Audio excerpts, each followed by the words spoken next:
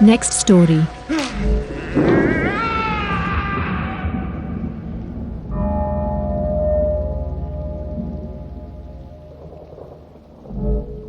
AlJazeera.com. Tesseract found, full of bloody fingers. Robert Scorpio. 2 to 3 minutes.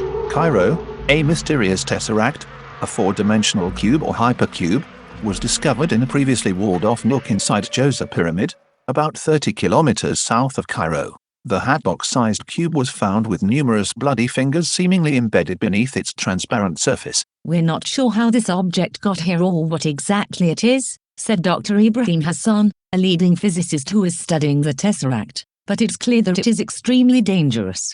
Hassan explained that the fourth dimension that the Tesseract extends into is time-like apparently, which means that motion in that region is only possible in one direction. This means that once a finger is inserted into the cube, it cannot be withdrawn, because such motion would be equivalent to time travel into the past from the cube's perspective. Our best hypothesis is that the fingers were slowly severed as the interior edges of the hypercube rotated around the time-like region, said Hassan. It's a horrifying process. Manipulating the cube to extract your fingers would only make them come off faster. Time seems to be running really slowly in there, Dr. Hassan added. This explains why the flesh and blood look fresh despite the apparent age of the artifact. The fingers may have been existing for only a few seconds in there relative to the interior, but thousands of years might have reeled past outside the cube. The quantum effects at the interface between regions where time precesses at different rates must be fascinating. It is not at all clear why we can see into the interior region, or why matter can be inserted at all.